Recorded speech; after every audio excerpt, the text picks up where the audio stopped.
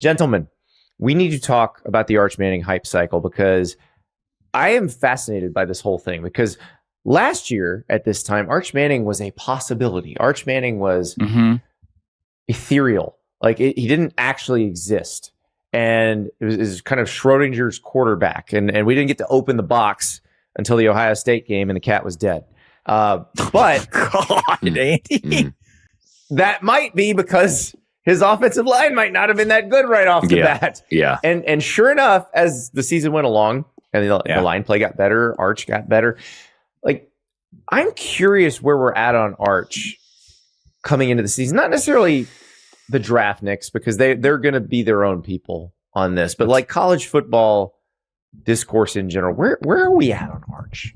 Ross stopped profiling him. That's why he got better. I know. Ross and the media. Hey, you know what's funny? We're We're coming up on a year anniversary of this iteration of the show. That was the first time, Ross, I remember you got like spicy.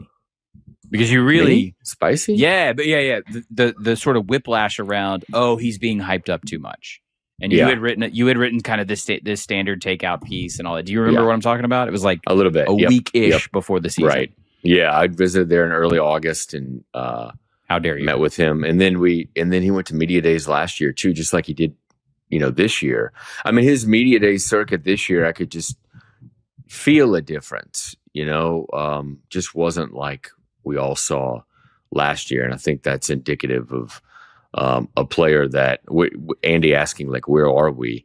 We're kind of like not, the buildup just isn't sort of there like we saw last year. And maybe that's a good thing for Arch. What do you mean? I think it's definitely a good thing for him.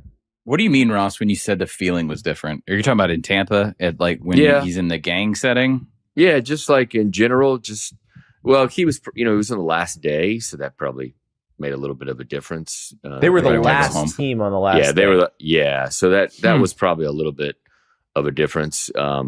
But I don't know. I mean, it just last year just felt like it just felt different. Just as far as the attention and all the stories that we just discussed. I think because we were imagining that this guy's going to come in and immediately be amazing and immediately win the Heisman and lead his team to a national title, and then right out of the gate he has to play what we learned was pretty good football team. Maybe the nastiest defense in college football with first rounders all over the field. Yeah. And believe it or not, first time starting quarterbacks usually not very good against that sort of defense. And hang on, Andy. What can hindsight tell us about the decision making of Sark here? Arch could have seen more significant time or more sustained plays, like entire drives, the previous season. There was a choice not to do that, right? He was almost almost sort of like a gadget back, or the way Tebow was managed with Leak all those years ago. But they didn't. Knowing what they had in front of them, they knew Ohio State was going to be on the schedule, and they knew that this kid's name and the crown were going to be pretty heavy on the head. This was a deliberate decision by the Texas offensive staff and Steve Sarkisian, just like it was a deliberate decision last year to trot him out. It was also maybe not a deliberate decision, but they didn't really recruit and develop that well in the line last season. Now they got better, as you said. And that's Sark admitted that was maybe the biggest tactical error they made in the offseason, was they looked at who they had coming back on the line, and they felt like the guys they'd recruited out of high school and had been in the program were all they needed, and they were in really good shape.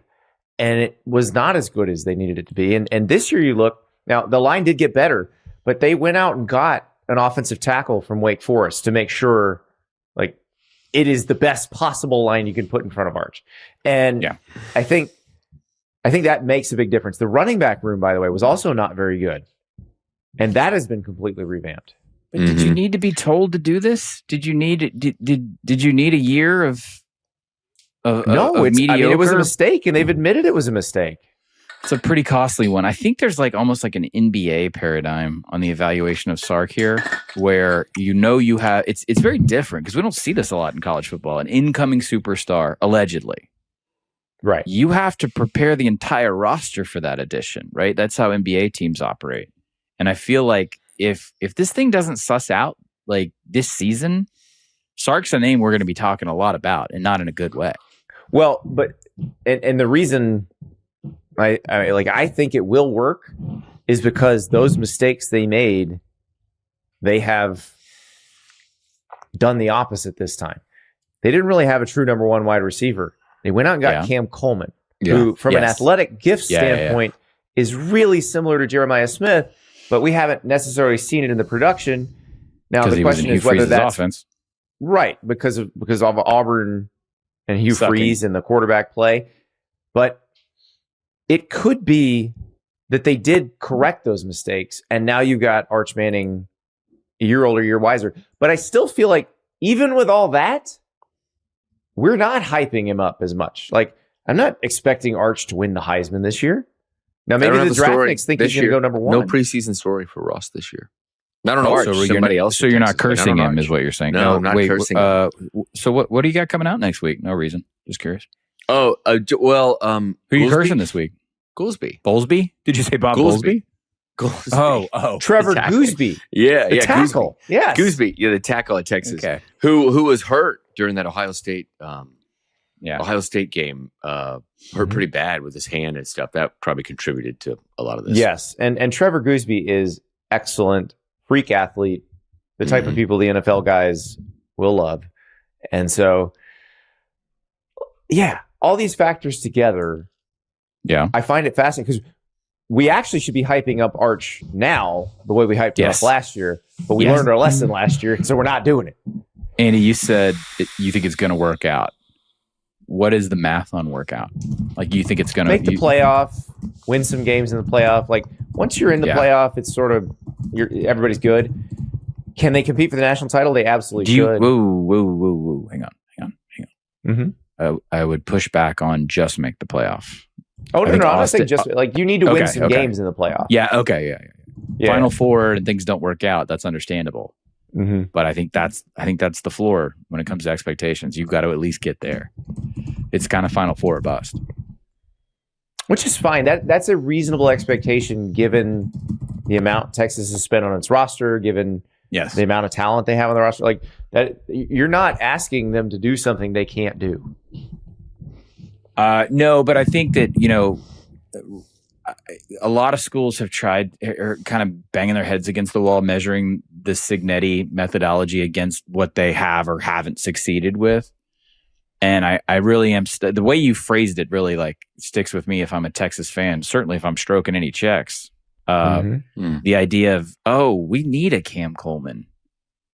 Yeah, or, we need to use the portal to supplement our line development. That's not the kind of discovery you want to make mid-voyage when you have a legacy name at quarterback. But the thing is, if it works, they made it and great. If it doesn't work, then you can deal with that after there's still time. What you're saying is there's still time. Yes, but you're on a deadline now. And the deadline is a double-digit win total in the playoff. Yeah. Well, also you did give them everything they needed now. Like you went out and you got the most coveted receiver in the portal. And having spoken to Chris Del Conte in the past, there's a quote that keeps showing up where he says, like, my job is to remove any hindrance from my coaches. And then if we don't have success, then we evaluate it. It's like I work for them in supplying them. And this feels a lot like, I'm not going to say it's Penn State. All right. But what I'm saying is it feels like a situation. No. I think that's an interesting comparison because James Franklin forever at Penn State was saying, I need this, I need this, I need this. We don't have Ohio State. Yeah. The administration was saying, do you need all of this? How many times would James Franklin off the record compare some situation in Happy Valley to what Ohio State had that he did not? Yeah, a lot. Right. Yeah, a lot. Right. And so last year, and James Franklin will freely admit this, on the record, they gave him all of this. Mm-hmm. Or at least the most all of this version Penn State was ever going to give. And then it went kersplat. They lose to Oregon, they lose to UCLA, they lose to Northwestern, and it's over. It became easier then for them to make that decision. I think they've been given Sark, probably a lot for a while, which is probably why expectations are to that level. That's a good comparison, but I just don't think that Sark, didn't have what he needed previously. Sark had right? what he Yeah. needed. He did not. He didn't have a roster. He chose that not he was to in charge of. pursue what he needed Yeah. last Yeah. offseason, and this year he went and got it. I don't think. Well, I don't Andy, think Texas would have said no That sounds like Hugh Freeze. Mm. last year. But Hugh Freeze, I know, didn't and I'm not then trying to go piss get off what he Texas needed. I'm not trying to piss off Texas fans, but I'm telling Yeah. you that was the same Hugh Freeze going, "Oh, things are different now. Oh, golly." But he didn't. He didn't learn, and he demonstrated he didn't learn.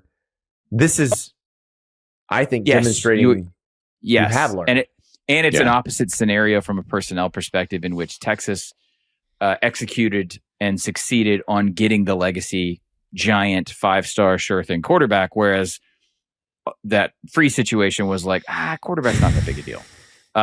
Yes, which Yeah. just still blows my mind from a guy who somehow used to make quarterbacks look really good, and then Bro Wallace, Dr. Bo. Yeah. I'm sorry I called you Auburn. Swag Texas. Kelly. Mm-hmm. We're recording at a different time, and I'm a little hungry. So, Texas, I'm sorry I called you Auburn. I'm sure a simple Well, apology will do. I just think I'm Cam sorry. Coleman heard that and was like, "What?" I just got a Texag subscription for life. No, this is why I'm so high on Texas this year. Is they do seem to have corrected the mistakes they made. We have, I think, corrected the arch hype mistakes that we have made. That Ross I think. made. Yes. How dare you? The man is just writing about the guy everybody was talking about. Ross, in all seriousness, you did the one standard, and then did you cover what, 1 or 2 games there? Maybe like it's funny. I'm doing this as a bit, obviously, but you did like what, 1 feature and a couple gamers? I mean, Yeah, probably. Yeah. Well, I covered the Texas Ohio State game, and then how I don't know dare that I you? You covered- forgot about him. Yeah. Then I don't think I covered Yeah. any other game. I'm trying to remember. I don't remember. And maybe it was my first in-person exposure to Arch that is flavoring my opinion a little bit. Mine was the Texas Oklahoma game where yeah. against a very good defense, Yeah. he suddenly clicked for the Mhm. first time. Are you And- talking about a week after he lost to Florida? Yeah. That was his Yeah. best. That might have been his best game of the year, even though he didn't have a lot of passing yards. That was one of his better games. He was running for his life a lot of Yeah. it and still Yeah. managed to play well.